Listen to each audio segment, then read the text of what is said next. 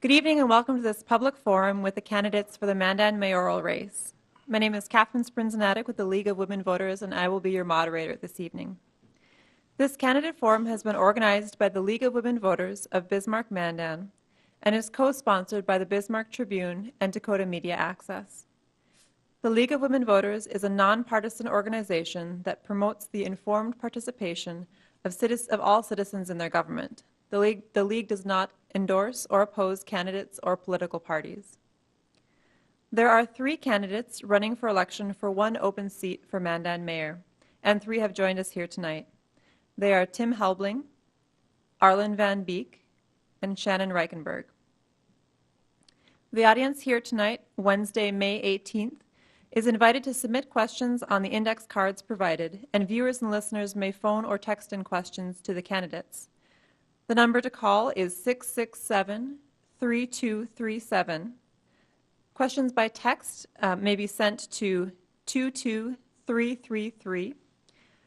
Send the letters BMLWV, as in Bismarck Mandan League of Women Voters, to the number 22333 in order to text questions. Questions may be submitted tonight only, Wednesday, May 18th, between 6:45 and 7:30 p.m.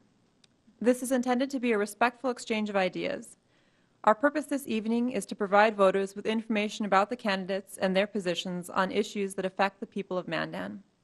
Now let's meet our candidates. You will each have 1 minute to tell us why you are seeking election as Mayor of Mandan, and we'll begin with Mr. Helbling. Good evening. I'd like to thank the League of Women Voters, the Bismarck Tribune, and Dakota Media Access for having us tonight. I've lived in Mandan my whole life. I've been married to my wife Susan for 34 years. I have 3 children, 3 grandchildren. I have 12 brothers and sisters. I co-own L&H Manufacturing and Corral Sales with my family members. Still to this day, 6 of us family members work together every day, along with a brother-in-law and 3 nephews. So if you can work with that much family every day, this job is really a piece of cake. I'm running because I have a great passion and love for the city of Mandan. I want to see it succeed. I want my family to be able to stay here, grow up here, live here. I'm running because I've been asked by several people throughout the city over and over, and also several city commissioners as well as county commissioners who see a lack of leadership and positive direction in the city of Mandan and would like that corrected. Thank you. Thank you, Mr. Helbling. Mr. Van Beek. Again, thank you to the League of Women Voters, the Bismarck Tribune, and Dakota Media Access for hosting this candidate forum here tonight. I want to thank all of you here in the audience in attendance, and to those of you watching on Dakota Media Access, and thank you for your time to learn more about our great city. As your mayor for the last 4 years, we have worked with Business Development Director and the BMDA to aggressively grow our retail, commercial, and manufacturing base to offset our citizens' property taxes. In the last 4 years as your mayor, we have done our part to keep property taxes in check and to make Mandan a more affordable place to live, work, and play. If re-elected as your mayor, I will continue to put our police and fire department at the forefront of our city and to continue to keep our city citizens safe and protected. I will also continue to collaborate with fellow commissioners and citizens to lead us to a brighter future tomorrow. Thank you, Mr. Van Beek. And Mr. Reichenberg. I'd also like to thank the League of Women Voters, Bismarck Tribune, and Dakota Media Access. For as long as I can remember, I've been drawn to public service. I was raised in a law enforcement family. My father was in city government, so I've always felt the need to serve myself. I was not born or raised in Mandan, but my roots have always gone through Mandan. As a boy, I remember looking forward to the Mandan Rodeo Day celebrations, riding horse in the parades. I really got my first sense of belonging as a member of the Mandan boxing team. I married my wife from Mandan. We raised our kids in Mandan, had a business in Mandan. What qualifies me as the mayor of Mandan is the fact that I'm not a politician. I'm a tax-paying former businessman, downtown businessman, who has a genuine concern for the community. I also consider myself a connector on every board or within every organization. I'm intentional about reaching out and pulling people together. I'm not about many words. I'm focused on action, which I hope was demonstrated when I decided to run, and I took immediate action to announce and file. I'm driven by passion. I believe the relationships I have across the community will work in favor of the citizens of Mandan. Thank you. Thank you. And now we'll move on to the questions which have been developed by the League of Women Voters, the Bismarck Tribune, our in-house audience, and viewers at home. For audience here to submit a question, please use the index card provided. Viewers may submit questions tonight, Wednesday, May 18th, by phone at 667-3237 or by texting BMLWV to 22333. Candidates have not been given advance copies of the questions. Each candidate will have 60 seconds to respond to each question. Please comply with our time restrictions so we can get to as many questions as possible tonight. Our timer will let you know when you are down to 30 seconds, then 10 seconds, and stop. The first question will begin with Mr. Van Beek. It's a question both from the League of Women Voters and a caller who phoned in earlier this evening. The City of Mandan has spent years trying to attract and retain business. How would you propose the city attract and maintain retail and restaurant businesses? And from the phone caller, what plan do you have to get more retail businesses into empty storefronts in downtown Mandan?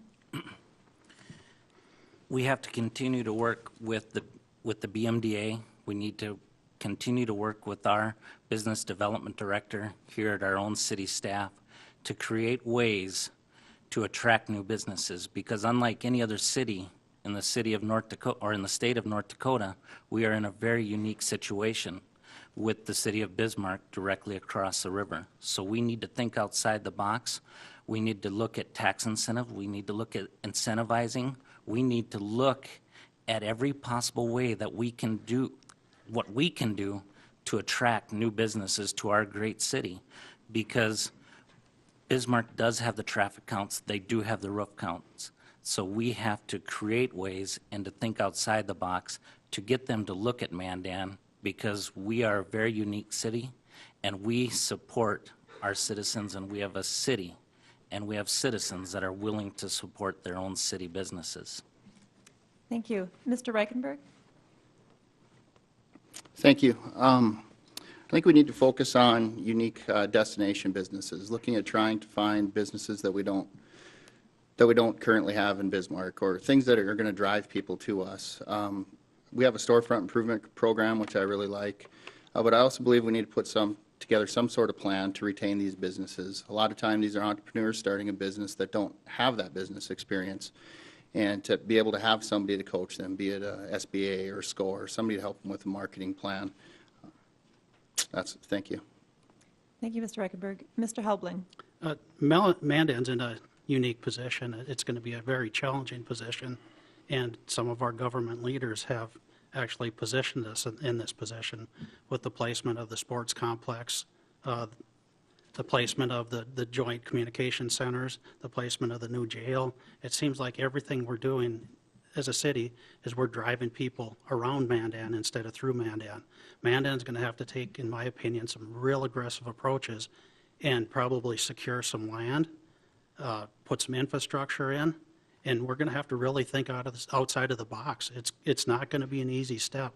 We need to get people and traffic to the west side of the community, and instead of drawing people again around Mandan, we need to get them to flow through the community, and I think all of the entities need to work together for that same goal. Thank you, Mr. Helbling. The next question will go first to Mr. Reichenberg. What do you think is Mandan's most important asset, and how would you preserve it as mayor? I think our most important asset is our people. I think that we need to encourage our people to take part in our community. I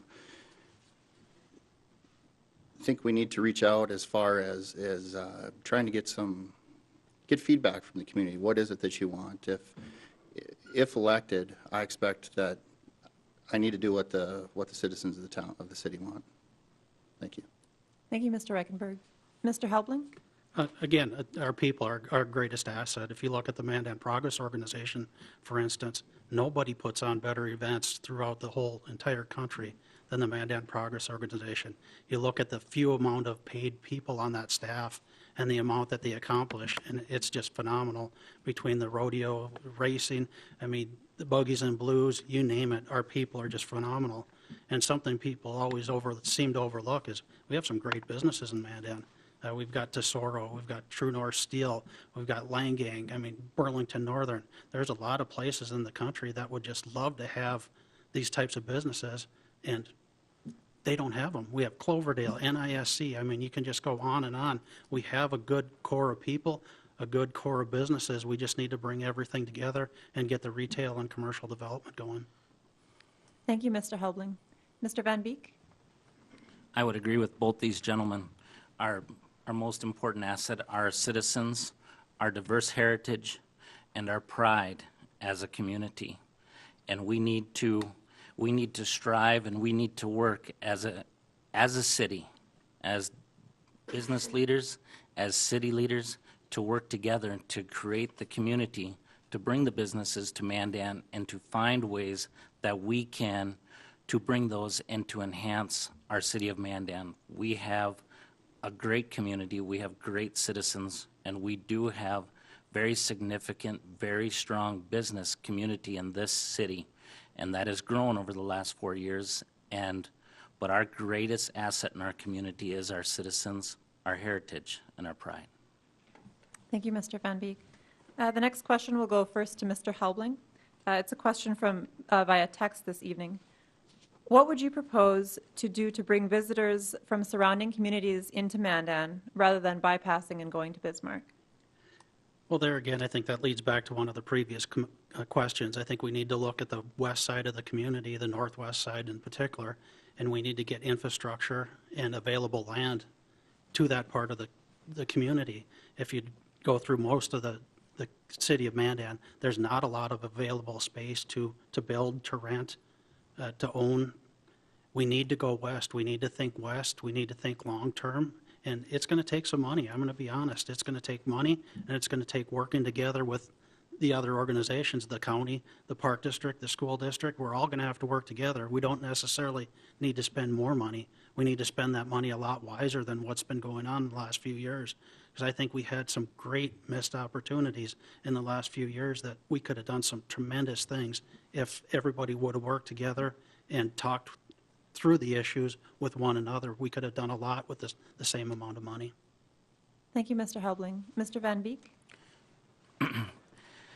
To bring people through Mandan and not around Mandan. I firmly believe we have to work with what we have. We can't try to force development to the west. We can't try to force development where it doesn't want to be. We have to look at where our Main Street is, what we can do to enhance our Main Street and our Main Street businesses. We have a new sports complex that is going up on the north side of Mandan. Great location, a great pride for our community to be able to show itself off on the north side of our community. We need to look at building in that and surrounding. You look at that area up there, it has a topography, it has the area that we can put several new businesses, whether it be restaurants, whether it be hotels. We have hotels that are up there on the north end of Mandan that right now could use a restaurant. And with adding the sports complex, with getting more traffic count to that area, we're going to drive people to our businesses and to our great city. Thank you, Mr. Van Beek. Mr. Reichenberg? Thank you. I think we need to continue to utilize the Mandan Progress Organization for events. We all know that during the 4th of July celebrations, Buggies and Blues, Grill Fest, that downtown is just bustling. And I think that we need to continue to promote those events, look for other events that we can do more on a regular basis during the summer. I know that the MPO is probably stretched to as many events as they want to do, but that's where the community can get involved and create some more events. I agree that we could use some development to the west, but I also agree that we need to breathe life back into our downtown, into our Main Street. And I believe that goes back to we need to try to find a way to recruit unique destination businesses that are people are coming here for. At one time, my wife and I owned a hat shop in Mandan, downtown Mandan, and we would have the North Dakota Historical Society bring people in all the time, and they'd say, why isn't there more of this? Why isn't there more of this? So I think we really need to try to find a way to get some destination businesses on our main street. Thank you. Thank you, Mr. Reichenberg. This next question will go first to Mr. Van Beek. Do you support the 2-year tax exemption for new construction up to $75,000 that the City of Mandan currently provides? The 2-year tax exemption for new home buyers. This needs to be revamped. You know, I have supported it in the past, but I do believe we're at a time in our development of our community that we need to look at this.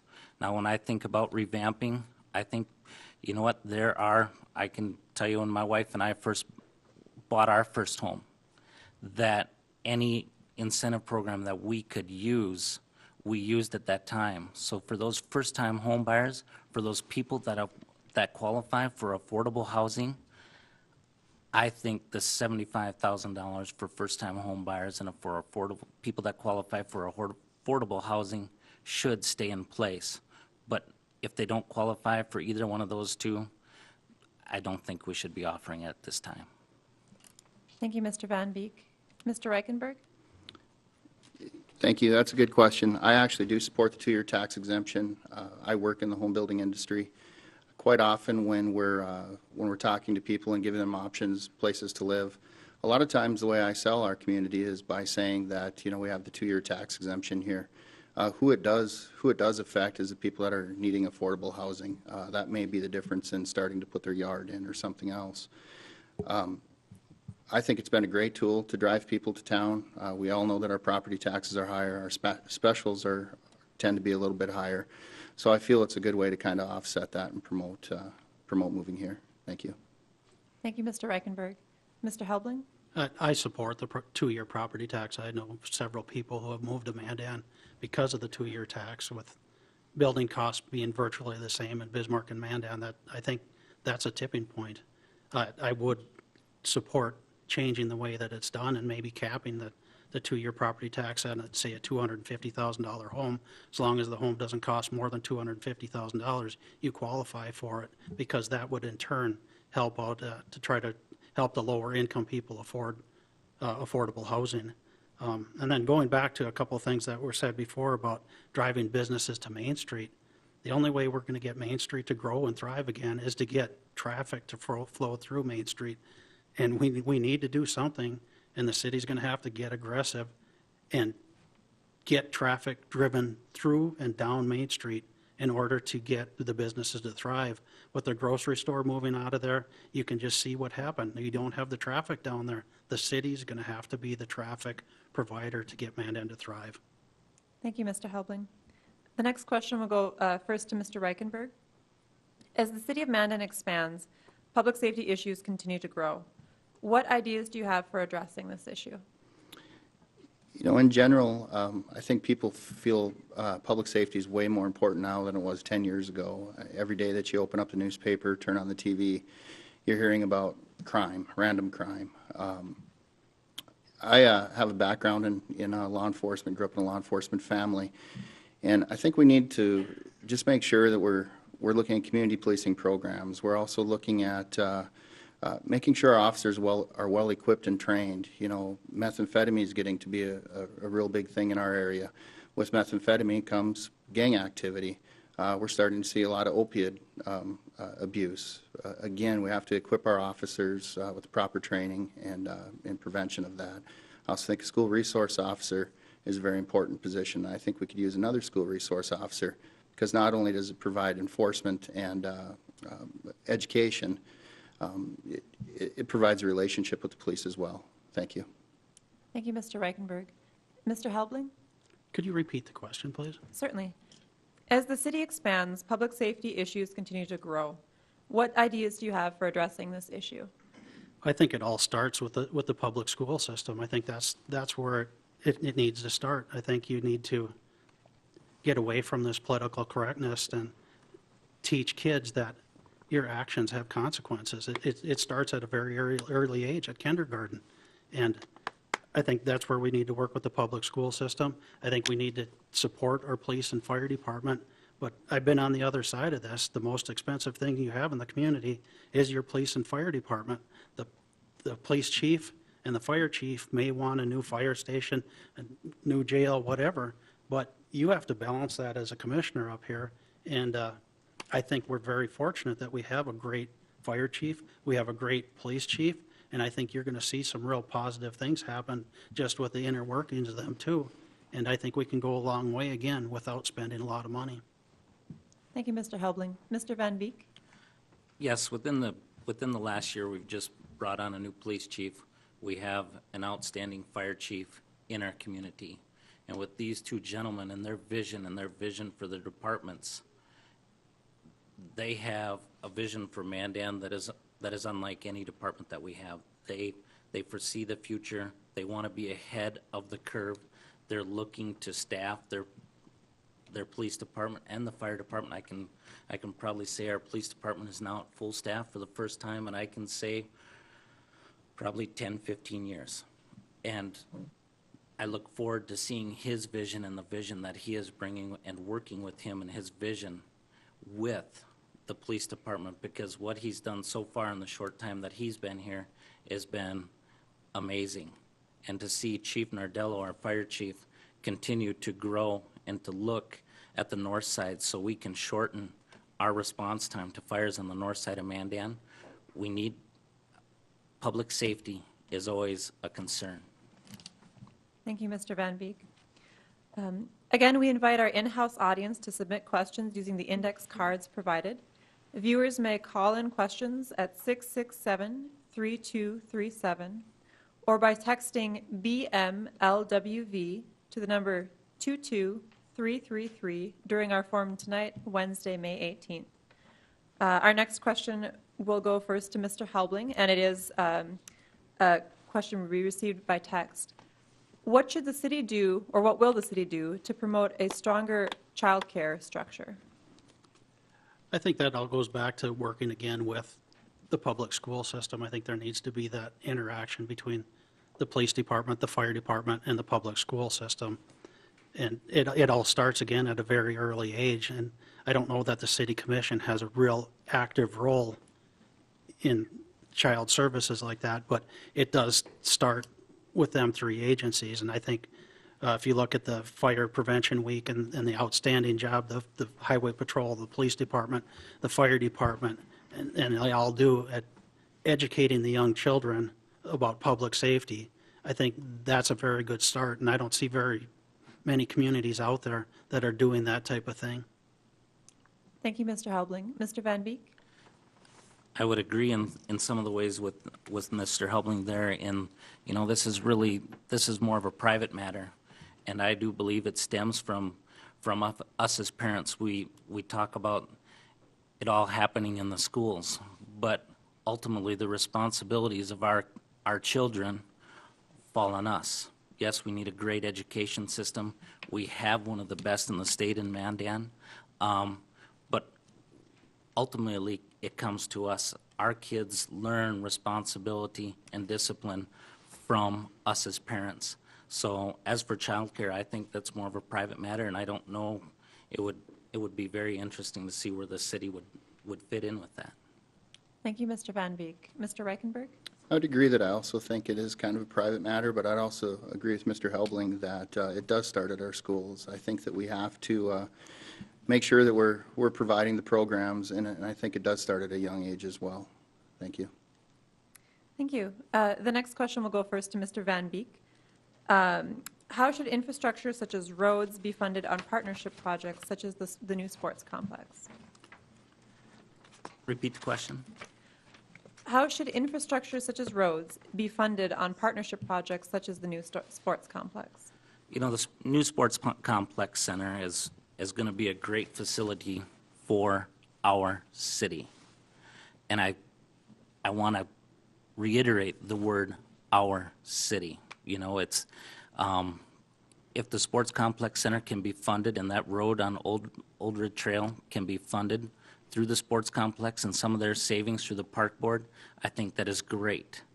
But I would not be afraid as to support sharing the cost of that product with the park board at this time, because we are all going to benefit from the jobs, the sales tax dollars that it's going to drive. We are all, as a city, going to benefit from this facility. So I would not be opposed to sharing that cost, because we know Old Red Trail needs attention anyway as a city. So I would not be afraid, and I would not be afraid to support the cost in sharing with the park board on that. Thank you, Mr. Van Beek. Mr. Reichenberg?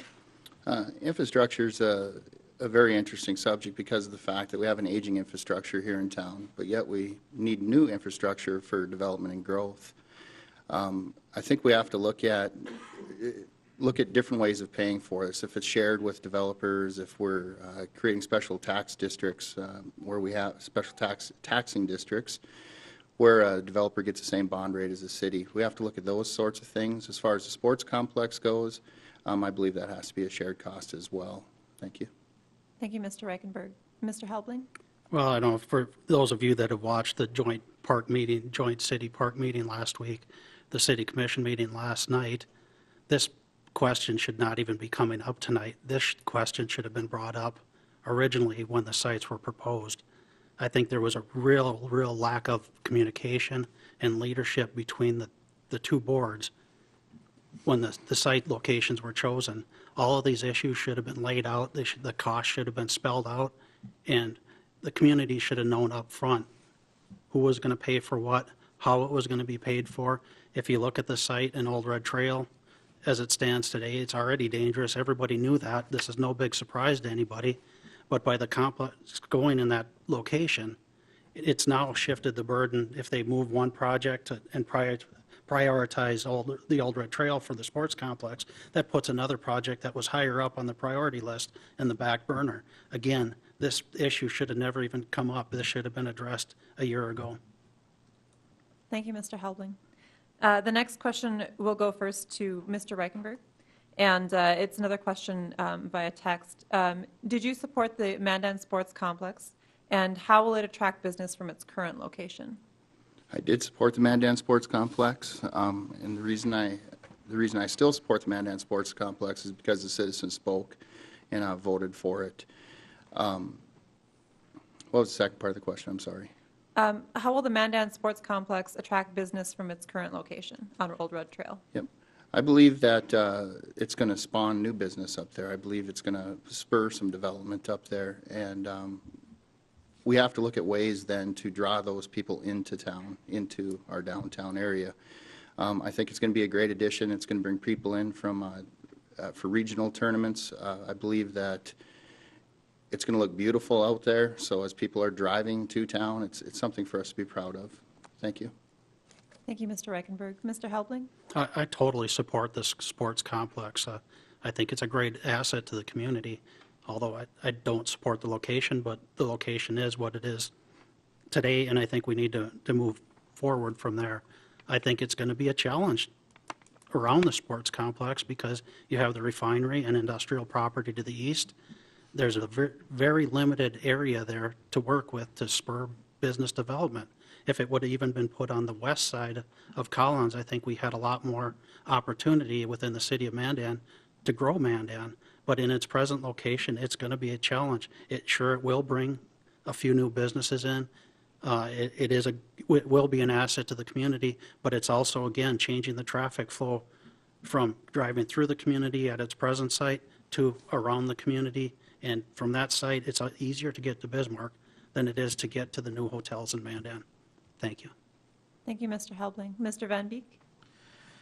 Yes, I supported the Sports Complex Center since the beginning, and I think the Park Board has chosen the right location for the Sports Complex Center. We are a proud community, and that is a great place to show off our sporting events. It's going to create jobs. It's going to create, yes, is there going to be some minor hiccups along every major project that we probably do? Yes, sometimes there is. But with this location And with the hotels that are positioned just to the west of there, this is going to be a great corridor for future businesses, whether they're restaurants, whether they're retail shopping centers, to enhance with what we have with Walmart already up there. I think this is in a great location, and I firmly support where the Sports Complex Center is at this time. Thank you, Mr. Van Beek. The next question will go first to Mr. Helbling. What should be done to address issues of homelessness in Mandan? I think that goes back to your faith-based groups, your nonprofits. I think that the city's got to do whatever it can to encourage that type of thing. I think we also need to be aware of larger facilities that may pop up in the city and how they can adversely affect the neighborhoods. So I think that as a city, you have to look at both sides of the issue. There may be homelessness, but adding a large homeless facility or real low-income facility in a certain part of the community can also be a detriment to the community. So I think as a commission, we have to look at all aspects of it and make sure that it's spread out around through the community, and we do whatever we can through ordinances and making it easier for developers to help with homeless shelters and that type of thing. Thank you, Mr. Helbling. Mr. Van Beek? Yes, there again, faith-based is very big in this area. But, we also have the Ruth Myers Hospitality House. We have 8 incorporated in our community. We have the Welcome House here in Mandan. We have several places for people to be located if they are in this homeless need. It's just that the reaching out, the getting in touch with somebody that can help them. But we do have the facilities in our communities that can help this type of people, or the homeless people. Thank you, Mr. Van Beek. Mr. Reichenberg? I don't think the homelessness issue can be solved by just nonprofit or government alone. I think it has to be a combination of nonprofit, churches, and government. As Mr. Van Beek mentioned, we do have the 8 incorporated, the Welcome House, which I took the opportunity to tour, and I was, quite honestly, I didn't realize how much homelessness that we have in our community. I believe we have a civic duty to make sure all families have a safe place to live and sleep. Thank you. Thank you, Mr. Reichenberg. Thank you, Mr. Reichenberg. The next question will go first to Mr. Van Beek. What do you think is the biggest challenge for Mandan, and what ideas do you have to address that challenge? The biggest challenge is, and we just have to narrow it down to one. I would say some of our biggest challenges are our property taxes, probably one of our biggest things we hear about. Second is we have people that want restaurants, sit-down restaurants in our community. And then thirdly is we have an aging infrastructure. And with that, all of that revolves around taxes and sales taxes. So our biggest challenge is going to be to grow our city, to grow our retail, to grow our commercial, to grow our manufacturing, so that we can help offset some of these taxes and put towards the infrastructure that are downtown that we are so proud about, to put infrastructure into these areas of our city and to help with that and to help buy down our property taxes. Thank you, Mr. Van Beek. Mr. Reichenberg? I would agree that property tax is probably one of our biggest issues. Infrastructure is also a big issue. In order to have growth, we need infrastructure. In order to bring down property taxes, we need to have more retail and restaurant options, which again comes back to infrastructure. But I do feel that all of these have to work together. I don't know what the first piece of the puzzle is to get that started, but that's why we have a lot of smart people that work for the city. Thank you. Thank you, Mr. Reichenberg. Mr. Helbling? I think one of the biggest challenges for the city of Mandan is to get traffic back onto Main Street and make Main Street thrive again. Like I said before, it all starts with getting people to Main Street and not driving them away from it. The challenge is going to be finding the money to secure land and infrastructure to grow to the west and to try to make a path for people to come through Mandan again. It's going to be tough. We need restaurants. We need retail. Everybody knows that. But in order to get them, we have to have available land and infrastructure in place to get that. And if we want to make Main Street vibrant again, we need to get the traffic through Main Street. Thank you. Thank you, Mr. Helbling. The next question will go first to Mr. Reichenberg, and it's a question from the audience. How would you handle any special assessments for homeowners?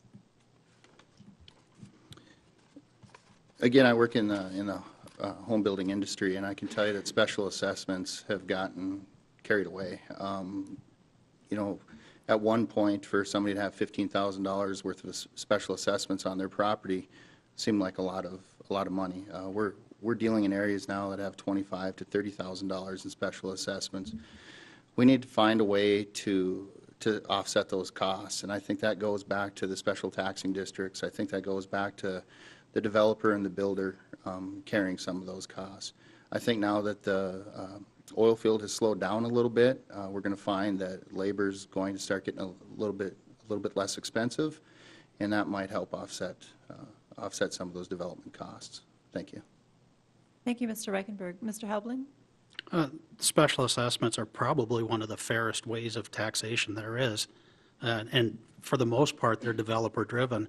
I know the home builders talk about all the high cost of special assessments. Most of them are driven by the developers and what they want to see in their lots, how they want them laid out, and what kind of services they want to provide. The special assessments in Mandan are no different than they are in the city of Bismarck. So I don't necessarily think special assessments are a bad thing. Can they be spread more fairly in some instances? Yes, they can, but I think special assessments are probably the more fair way to repair some of the infrastructure that the city has available to it. Thank you. Thank you, Mr. Helbling. Mr. Van Beek? Here again with special assessments, we're in a very unique situation with our city sister across the river, Bismarck. You know, when you look at special assessment, it's probably one of the largest debts we carry as a city through special assessments. And we've had conversation as commissioners to say, let's put this back on the developers. Let's not assess any of this. Let's put it back on the developers and the builders.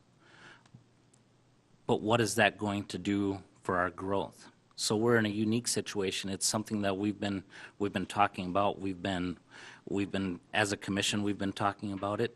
But there again, as Tim Helbling said, you know, it is probably one of the fairest ways to do it. I'm not in support of creating more taxing districts. I'm not in support of that. But I would say that if we can put that responsibility on the developers, would be ultimately a great thing if we could get our sister city Bismarck to agree. Thank you, Mr. Van Beek. The next question will go first to Mr. Helbling. The City of Mandan needs to address both existing and new infrastructure needs. Several sources of revenue have been cited to fund improvements. What sources of revenue do you suggest tapping? There again, I think you, as a commissioner or mayor or whatever, you need to tap every source of revenue that there is out there. I don't know. All the way from special assessments to going to the state. I mean, you look at a lot of the state projects that are going on, and every other larger community in the state has a college, has some type of government building going on. Mandan doesn't have that. We need to go after the state and try to secure the fair share for Mandan. Thank you, Mr. Helbling. Mr. Can we Van repeat Beek? the question, please? Yes. The City of Mandan needs to address both existing and new infrastructure needs. Several sources of revenue have been cited to fund improvements. What sources of revenue do you suggest tapping? You know, as Tim said again, I think we need to tap every resource that we can, from the federal government to the state government. But we both know the situation or everybody knows that the situation the federal government is. We probably aren't going to expect any money from there anytime soon. So we need to look at the state. We need to work with the state, the NDDOT, and other sources that we can, whether it be developer-driven or whatever other source we can find, we need to tap into those sources, and we need to work with them to better our infrastructure in the city, yes. Thank you, Mr. Van Beek. Mr. Reichenberg? I agree with both Mr. Van Beek and Mr. Helbling that we need to tap all the sources. I do feel that if there is some developer-carried special assessments in the new developments, that will free up some money for repair of existing infrastructure, but I do feel that we have to tap every resource that we have. Thank you, Mr. Reichenberg. Candidates, thank you for being here tonight. We've run out of time. You will now have 1 minute to provide a closing statement. And we'll give that opportunity first to Mr. Van Beek. Thank you. And in closing tonight, thank you to the League of Women Voters, Bismarck Tribune, and Dakota Media Access for hosting this evening. You've heard many different views, some of them very different than others. Know that if I am reelected as your mayor on June 14th, I will continue to work to represent and stand up for Mandan in a very positive manner. Not all decisions we make are going to be supported by every citizen, but I will do my part as your mayor to listen to the citizens as well as my fellow commissioners. We have come too far as a city to look back now. We need to continue to grow and think outside the box with our economic development and with the BMDA. We will continue to search out and attract more businesses to our great city. I will also work with our police and fire department to continue to attract and retain officers, to continue to keep Mandan one of the safest communities in North Dakota. It has been a very rewarding experience for me and my family to have served as the city's mayor for the last 4 years, and I look forward to continuing to serve in this role. Thank you for your time, and I greatly appreciate your vote, because together we can build a better, brighter Mandan. Thank you. Thank you, Mr. Van Beek. Mr. Reichenberg?